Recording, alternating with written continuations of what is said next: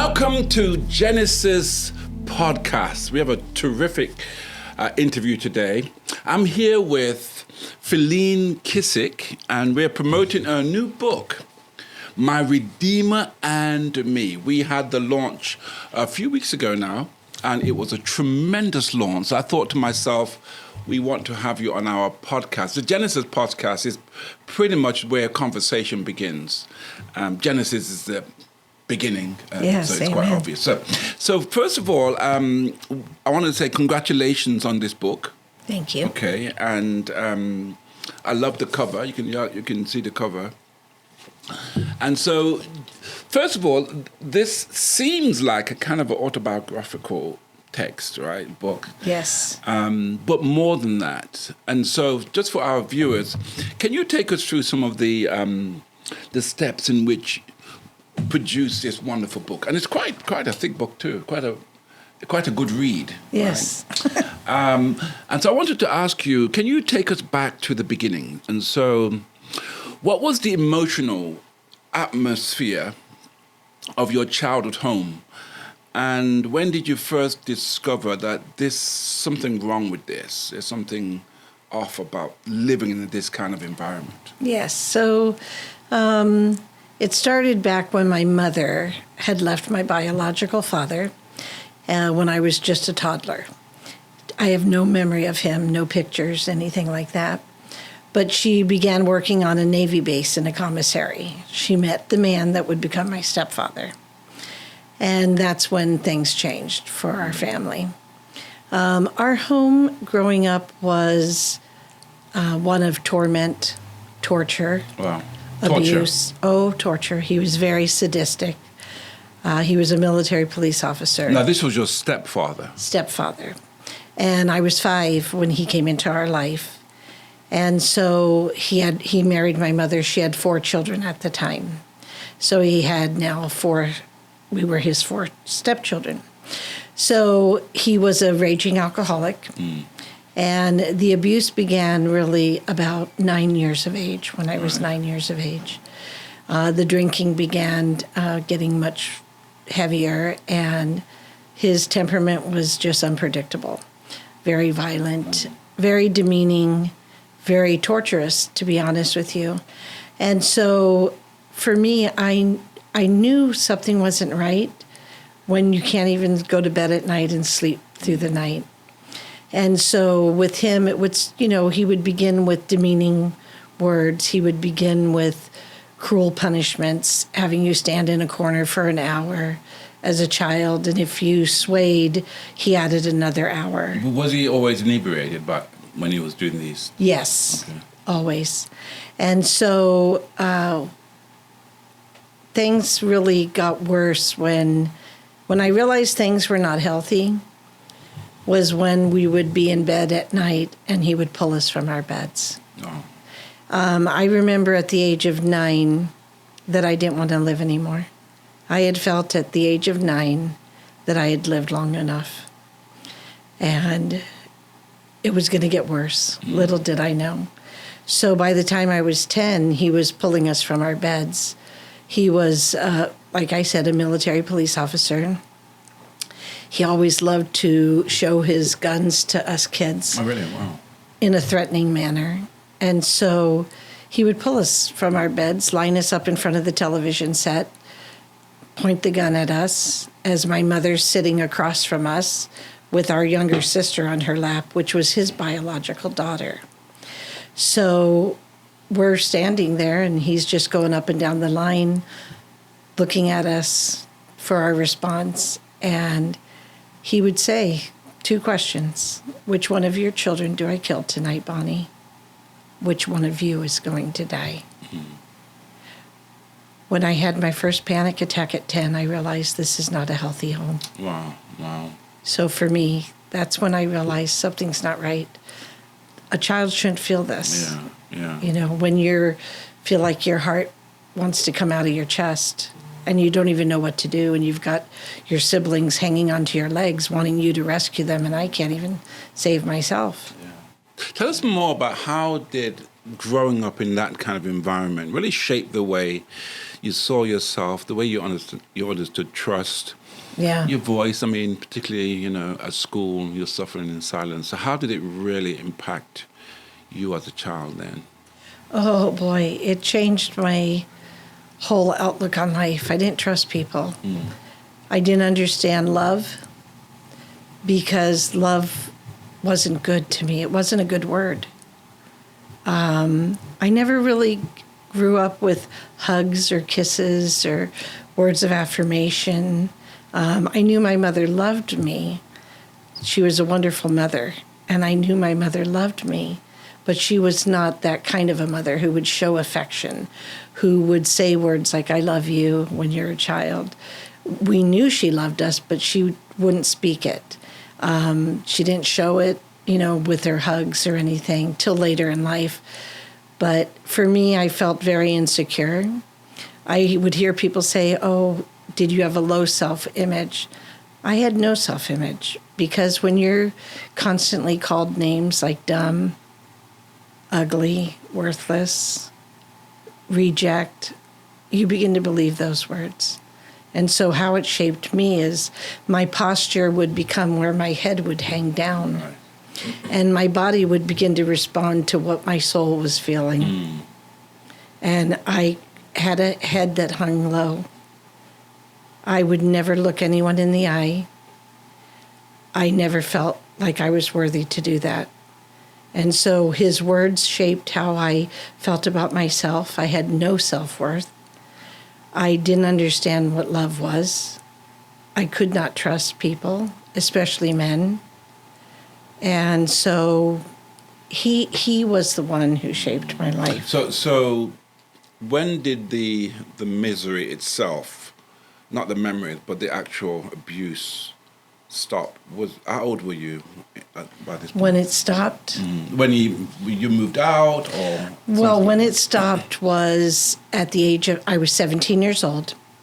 So it had gone on for about 12 years. Right.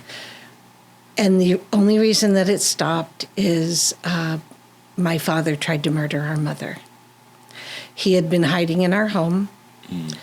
Us kids were away on a little camping trip with our school leader. And my younger siblings were at a sleepover. Well, my stepfather happened to be hiding in our home. My mom was trying to leave him. And she was out doing groceries, came into the home. There was a swinging door in the kitchen, and he was hiding behind it. And he was holding a machete. And when the door swung shut, he lifted the machete and he just said, "Hello, Bonnie." And she went to run through the home. He followed after her. She got out the door, ran to a neighbor. He tripped on the throw rug that was by the front door. So he never was able to attack her. But when the police had come, they walked into the home and they saw all the furniture slashed. All the doors had stab holes in them.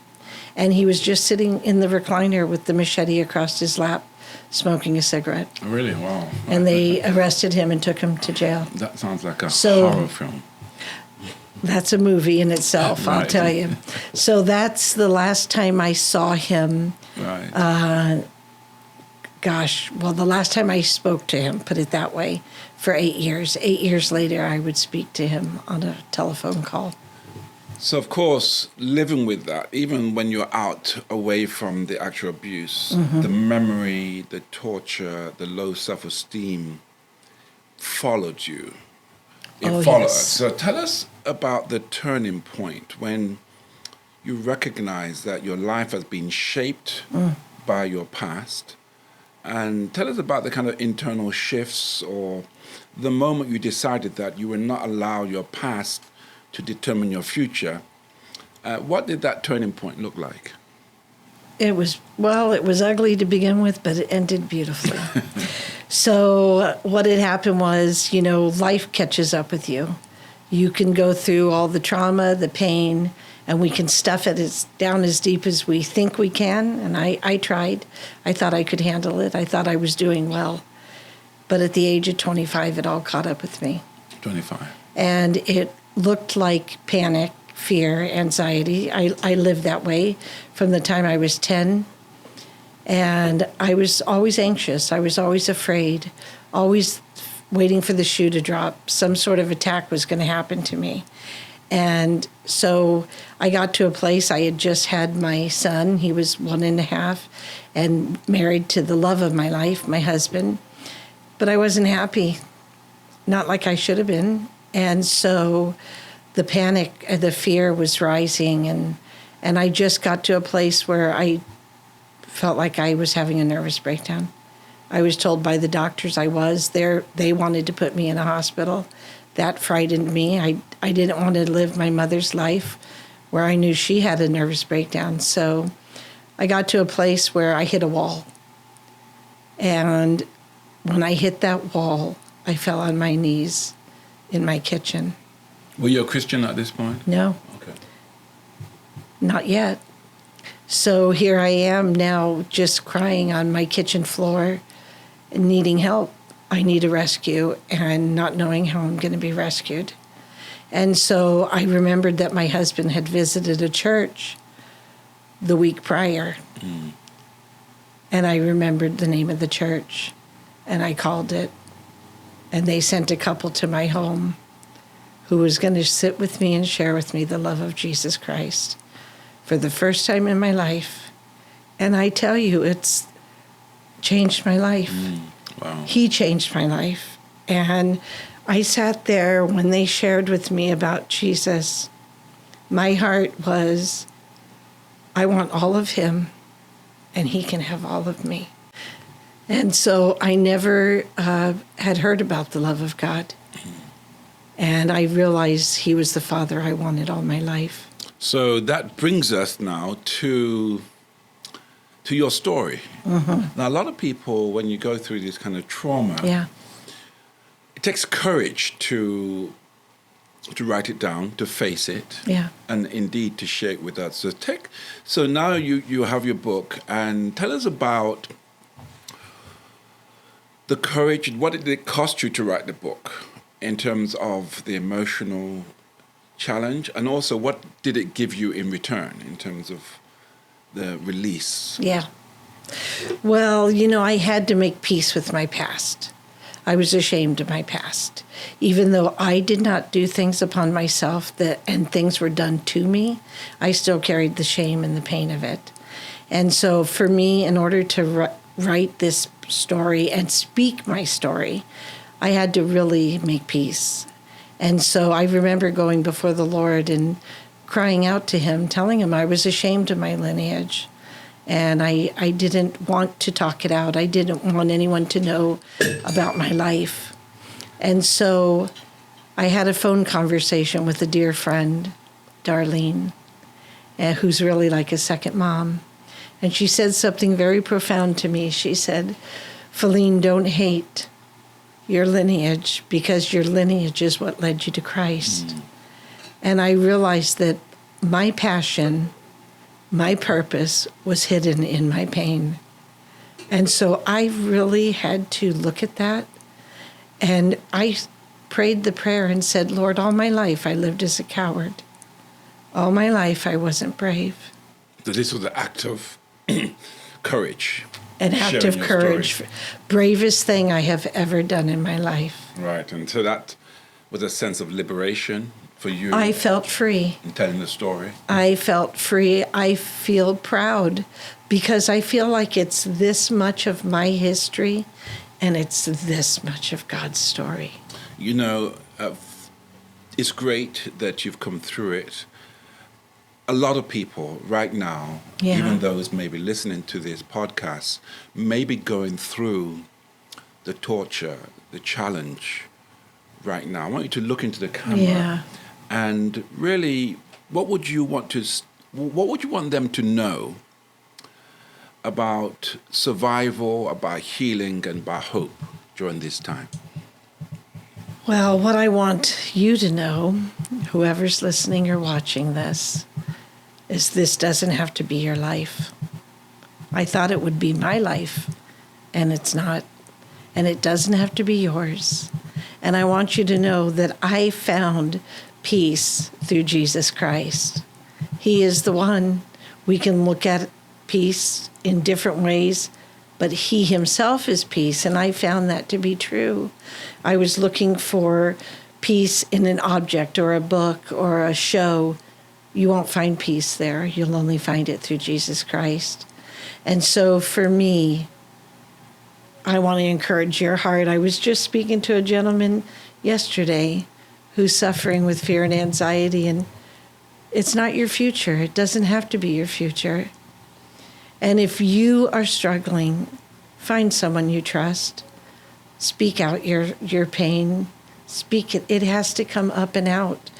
We're not meant to carry it. We need to give it to Christ, but we need to give it to be in a community, be in a church, a Bible-believing church, a strong, Spirit-filled church. Be there and find someone you can trust. Speak it out. Have courage. He will meet you. If you step out, I promise you, he will meet you when you step out.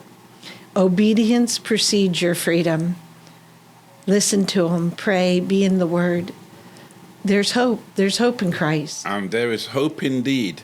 So the book is My Redeemer and Me, Healing from Childhood Traumas and Finding Peace in God's Presence. So where can we get this book now? I know it's on Amazon. It's on Amazon. And if you're local, I have them here in Simi Valley, California. I can always mail them. But yes, it is on Amazon. Sure, and you can also come to New Beginnings Church. Yes, come to my church. We can get the book to you. Well, Faline, thank you so much for coming in, and thank you so much for your story. And we just pray that this story will be a wonderful healing for many of those who read it. Yes, that's my prayer. I want everyone to know that Jesus Christ is the Redeemer, and he's our hope. Amen. Well, My Redeemer and Me. God bless you. Thank you. And look forward to many more great books from you. Thank you so much. God bless you. God bless you.